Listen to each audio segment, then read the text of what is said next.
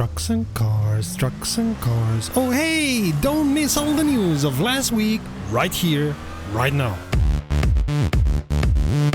Greetings petrolheads and welcome to RomRom.net, the channel sharing the joy of sim racing, and to our regular news roundup where we tell you all that's new in the world of sim racing, racing games and anything else of interest to petrolheads in all things digital. If you have any news for us, send us a mail to news@romrom.net. Would you pay up to €40 USD for an old game where only the graphics have been redone? Because that's what EA are doing, and we're not sure if you all would accept that. But this is just one news tidbit in a collection of them. My name is Serta and I will be your host for this video. Let's get to it, but before that, if you want to be informed about new videos, click subscribe and also click on the bell and become part of the ever-growing RomRom family.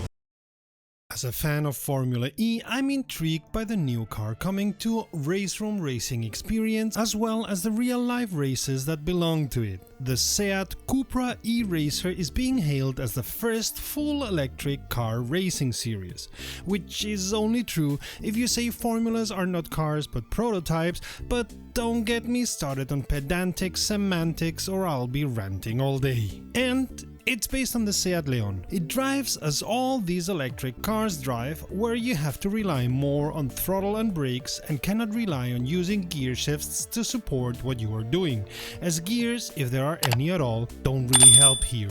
Where was I? Oh yes, Raceroom racing experience. Following the trend of being able to test the cars before you buy them, because they do some kind of series with it, you will be able to drive the e-Racer even without shelling the €5 USD it costs if you take part in at least the preparation of the races. For the Cupra series, there's 5 races planned, starting at the end of October in Suzuka, moving on after that to Shanghai, racing then in Dubai, Bathurst and ending in Sonoma at a date yet to be set. Are you intrigued by this game? Do you want to know how it drives and how it compares to other truck driving games? You will be able to test it until next Tuesday the 13th as Sodeco is present at the Steam Game Festival Autumn Edition. The demo will allow you to play the first 3 missions out of the over 50 missions the game comprises. We've reported about Truck Driver in the past and we'll certainly give it a go. Maybe we'll meet there? Mostly, this update brings long-needed bug fixes like fixes to the clipping of trailers so things don't fall through them, been there, done that, and clipping through concrete slabs in the Imandra map. Sadly, not there yet, can't comment on that. Also, those of you who were not able to load custom maps through Mod.io may want to try again, as seemingly this issue is fixed now for all. The developers have also worked on getting better force feedback, especially on the Logitech G920. Oh, and do we need to say it? No mods on consoles yet. Sorry consoles.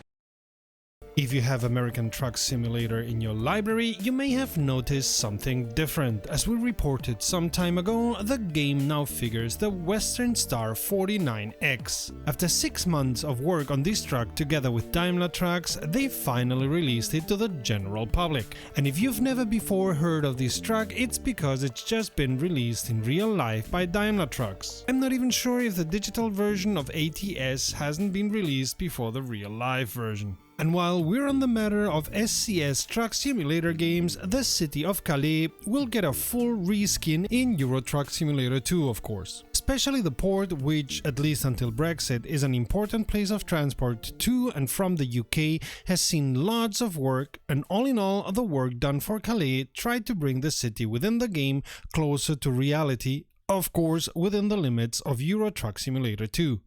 Once it's ready, the reskin will be available for free. Do you have a Need for Speed itch? Would you like to know how it looks and feels on modern systems? It seems EA expects you to and has been remastering Need for Speed Hot Pursuit, including work on a version for Nintendo Switch. A PC version will come out on November 6th, together with PS4 and Xbox One versions. The Switch version will be out 1 week later on the 13th. One great thing about this version is that multiplayer will be cross-compatible. You will be able to play on one system against racers in any other system. Of course, the graphics have been remastered strongly. No way you'll get the same graphics than in 2010 when this game was first published. Sadly, they don't seem to have remastered the game engine, and it's expected that the game will not surpass 30 FPS in any system if you are trying to play it in Full HD, which is not exactly up to standards. On PC, you will not be able to play on more than 60 FPS no matter how your system looks like. At least it will include all DLCs and any extra content that has appeared for the game since its inception. We can't but wonder if this is not just a quick money grab, as the sales numbers of Need for Speed Hot Pursuit were rather mediocre and most assuredly lower than EA expected. Not bringing the game engine to the standards we have 10 years after the original doesn't feel like a big investment in the series, if you ask me, especially considering that this version with just nicer graphics will sell for €40 USD on PS4, Xbox One and Nintendo Switch, and €30 USD on Steam and Origin. One on consoles got the number 1.6, but on PC is a 1.2 and something. Wreckfest got an update at the beginning of the week, fixing many clipping errors, better AI for the bangers, adding the possibility to have AI driving the Razor, Cardinal, Sweeper and many others, and improving the art in many places. For example, the Hellvester's visual damage, the Hill Street circuit or the Rocket RX. Also, they cleaned up the code on some old tracks and made the AI line better in Boulder Bank. Add to this some sound bug fixes and there you go, as good as new and equally as fun or better. We're surely partial, but we would say our videos are at least equally as fun as Wreckfest, but find out by yourself, checking on the playlist to the left or the video to the right. Until next time, save fuel, collect pickup, and we'll see each other on the podium. Visit romrom.net to connect to fellow sim racers and sim racing fans.